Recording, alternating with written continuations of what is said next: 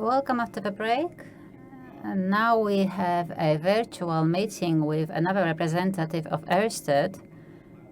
It is Martin Méchali, Director for Continental Europe project. So please take the floor and introduce us to Ørsted's experience in relations with suppliers. Good morning, Mr. Chairman, and good morning, everyone. And thank you very much for giving me the floor and the opportunity to speak here on behalf of Ørsted. And also a great thanks to PG Group for organizing this and to inviting us to speak.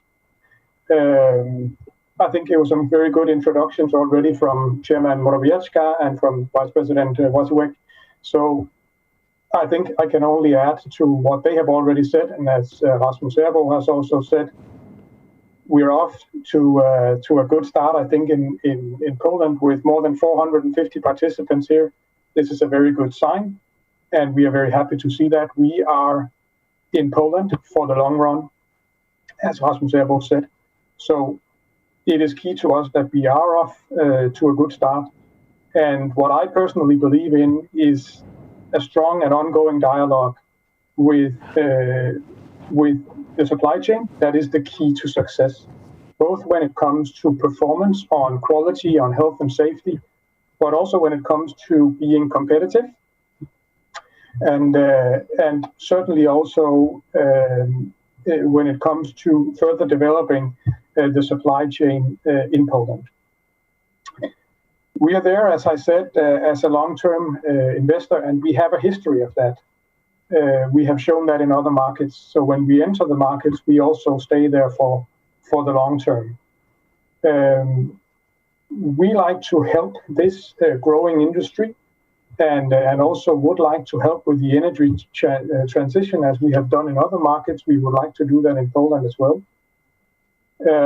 And really, Poland has a chance to become a key player in the Baltic region, both when it comes to offshore wind services and many of the other supply opportunities, but certainly also beyond Poland, because the entire Baltic region, in the entire Baltic region, I think that Poland could become a very, very important player.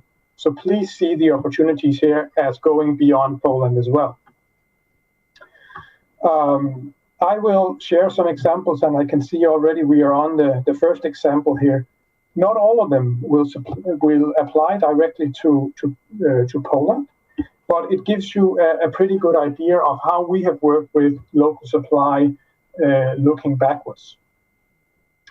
So on this slide that we're looking at now is the O&M facility that we are constructing in Port of Taichung in Taiwan.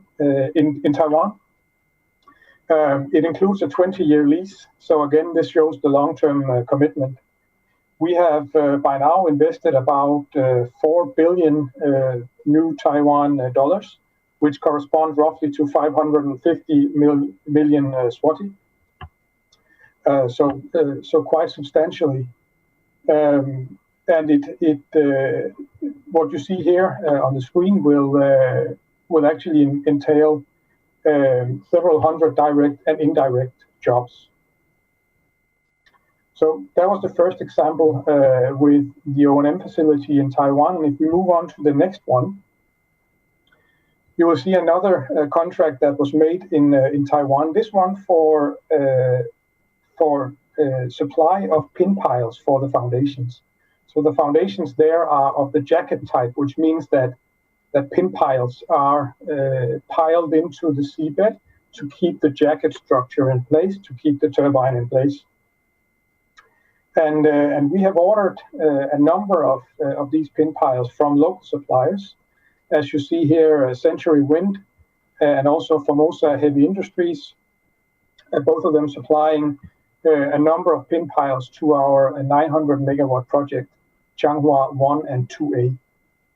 There will be more projects coming in Taiwan, and with a supply chain that is already developing, they will be in a strong position for the next projects as well. So if we can move on to the next slide.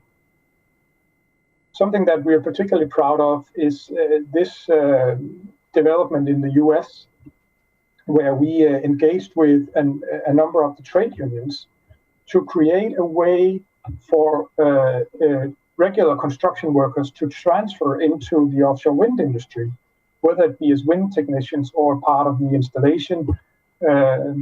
It is key to us that we have strong local suppliers of workforce.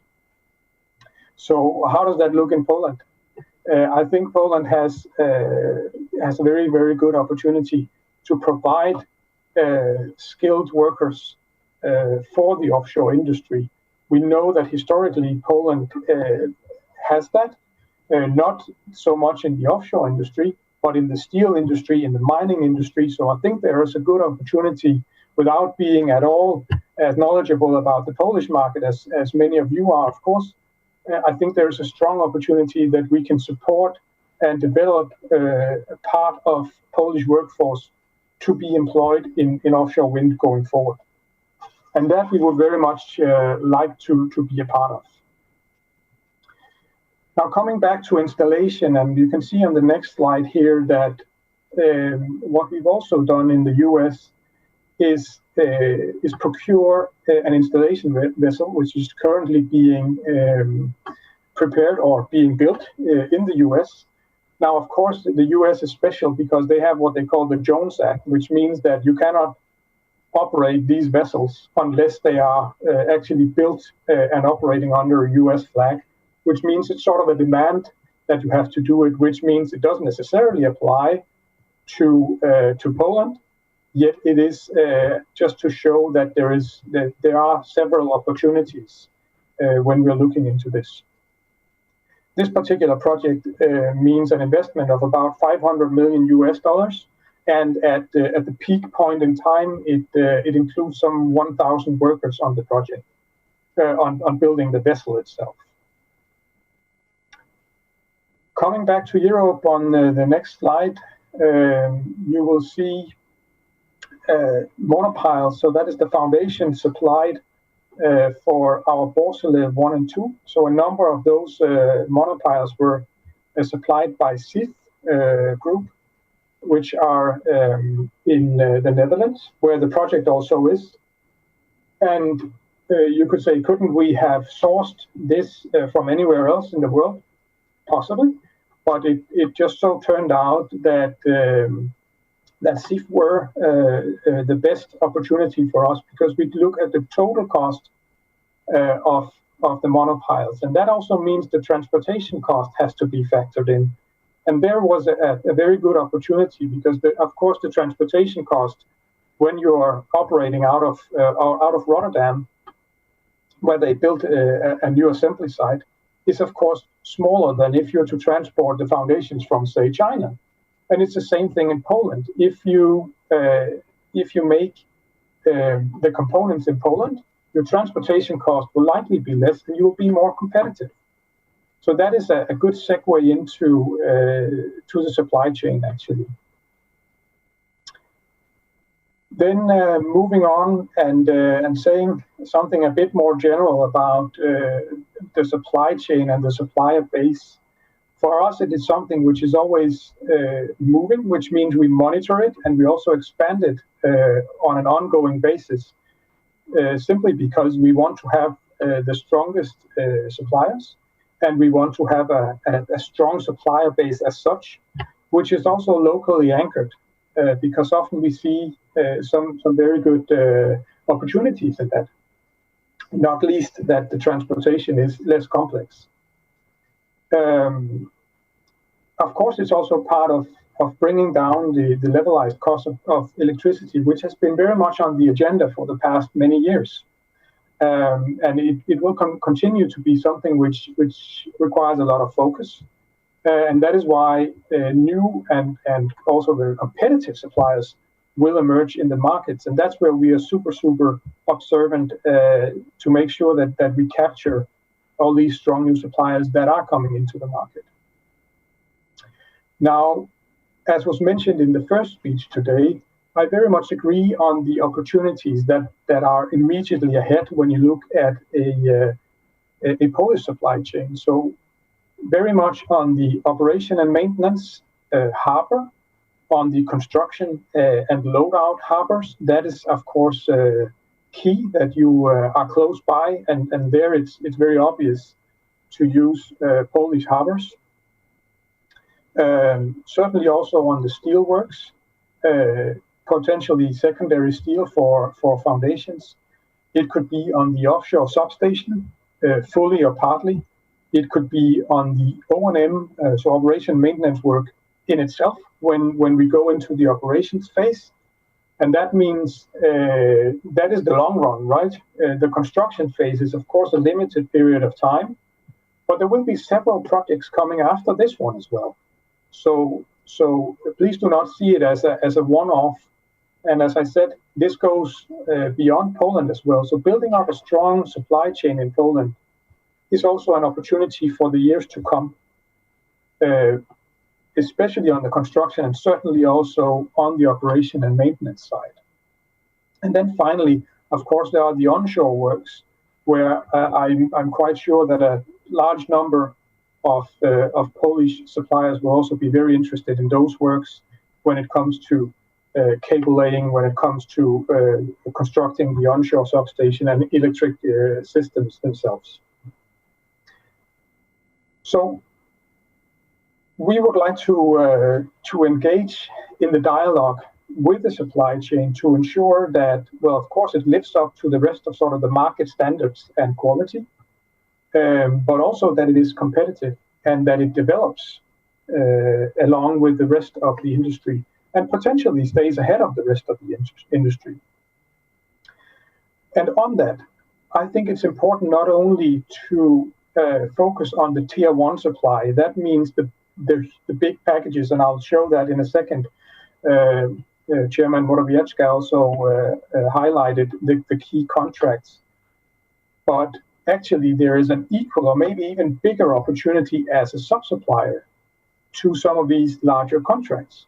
So please see that as an opportunity also for small and middle-sized companies, and not only the big ones who can take a very, very big supply of turbines, foundations, array cables, whatever it may be. But there is a multitude of underlying project or contracts as well. Now, going into the next slide, you will see what I just referred to as a very overall highlight of the split of contracts. So we have a number of supply contracts, we have a number of installation contracts, and if I just focus for a second there on the offshore part, you would see that we would normally have wind turbine supply, foundation supply, array cables, the offshore substation, and the export cable. So those are the big supply contracts, and you would have adjacent installation contracts for those 5 big ones. From time to time, it happens that some of these contracts are split, maybe on scope, maybe on a number of suppliers. That happens, and could also be the case here. And that is simply not settled yet. So that depends heavily on how we see the supply chain finally, and how the JV partners, PGE, Baltica, and Ørsted, agree on going forward with it. What is that we jointly decide is the right way forward for us. And it's very important to say that decisions here in this joint venture are made jointly by the 2 parties. They're 50-50 parties and equal partners in this. So that was the offshore part, and then just a few words on the onshore part. There will be at least 2 major onshore contracts. So we have the onshore substation, and which is one, and then the other one being very likely the onshore part of the export cable. There will be many more contracts. And if we move into to the next slide, please. Here you would also see, I sort of repeated on the right side of this slide, I sort of repeated the overall outline of the key contracts. But on the left side, you'll see a number of other contracts which are also going to be entered into by the JV. That being site investigation, some of that is actually already ongoing. it is harbors, it is a number of consultancy services, it is certification of the project, it is storage and buildings, and there are numerous other opportunities. So again, there are the large contracts, and there are certain contractors for which that is interesting, but there are a multitude of other contracts which could be very interesting to maybe less established or somewhat smaller suppliers. Please move on to the next slide. So just a very top-down introduction to the time schedule here as well. Currently, we are, as you know, today conducting a market dialogue, and that is something that continues. And then the contracting work will really start. It will start to pick up during this year with preparing the tenders, and then entering into contracts over the next years, depending on what contracts we are talking about, how long is the lead time, how important is it to secure, say, a production slot, etc. So it's very high level yet, and we need to become more firm on exactly when do we tender what contract. Please move on to the next slide, where I will go a bit more into detail about how would Ørsted normally run such a procurement process. And this is very high level as well. Of course, there is a bunch of details if you drill more into it. But just to say that starting on the far left, we have the supplier screening, and this is something that we have already been doing, also very much together with our partners from PG Baltica, looking at what are the opportunities both internationally and in particular locally in Poland.